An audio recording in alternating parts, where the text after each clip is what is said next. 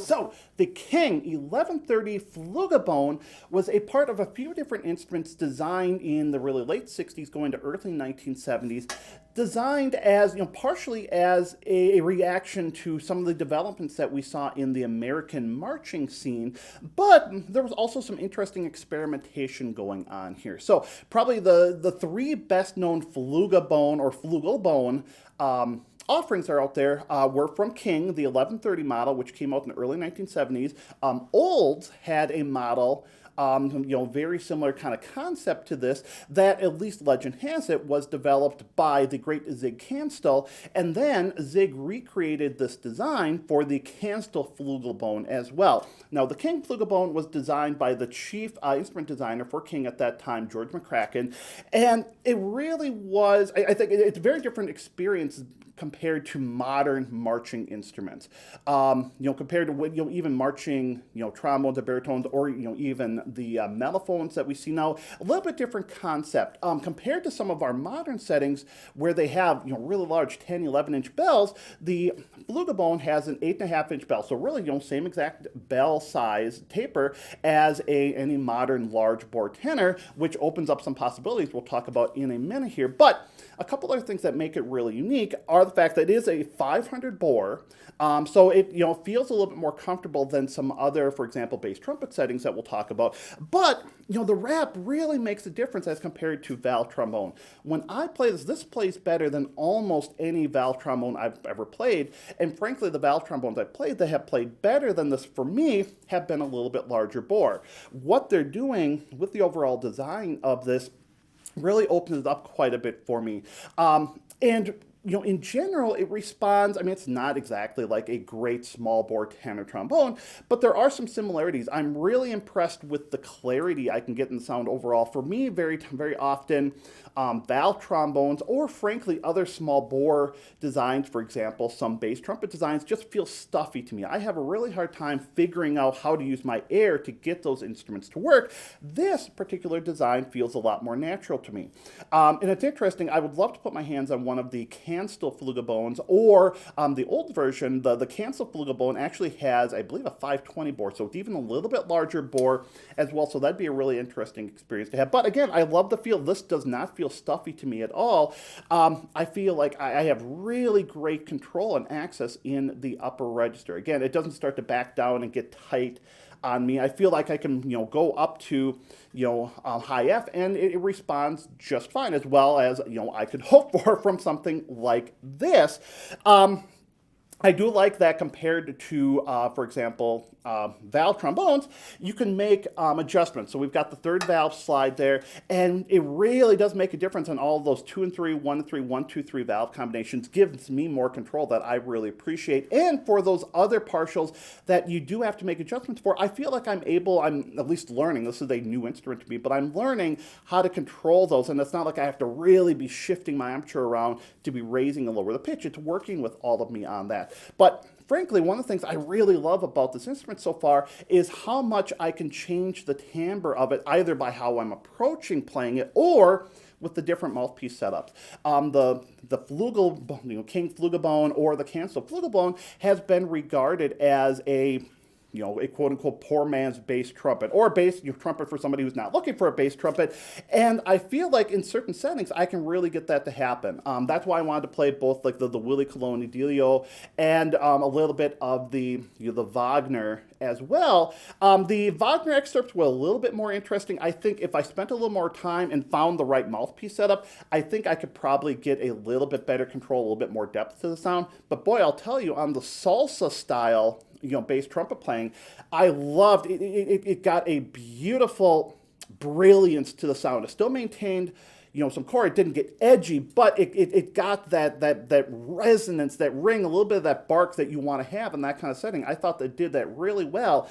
But on the other hand, I love how I put in a little bit bigger mouthpiece, and I pull back, I just think a little bit broader with the air. Boy, it really does have a flugelhorn type of feel for me. And especially as primarily a trombone player, I really, really appreciate that.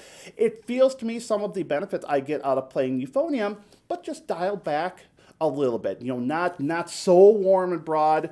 It feels a little bit more accessible, again, especially in for example, combo settings and the like, which we have seen the Flugabone used in quite a bit. So again, a really unique part of the trombone family. 8.5-inch bell, 500 bore, yellow brass. They look to be, as far as I can tell, stainless steel valves on it, and a really, really well thought out design. One of the interesting things with it, 3 water keys here for both for the the lead pipe, the first branch here, the last branch coming to the bell, and for a third slide as well. So a lot of water there. Now, in theory, you can empty all three at once there, so interesting little feature. But overall, again, I've been really impressed. I've heard rumors about the Flugabone, how it plays.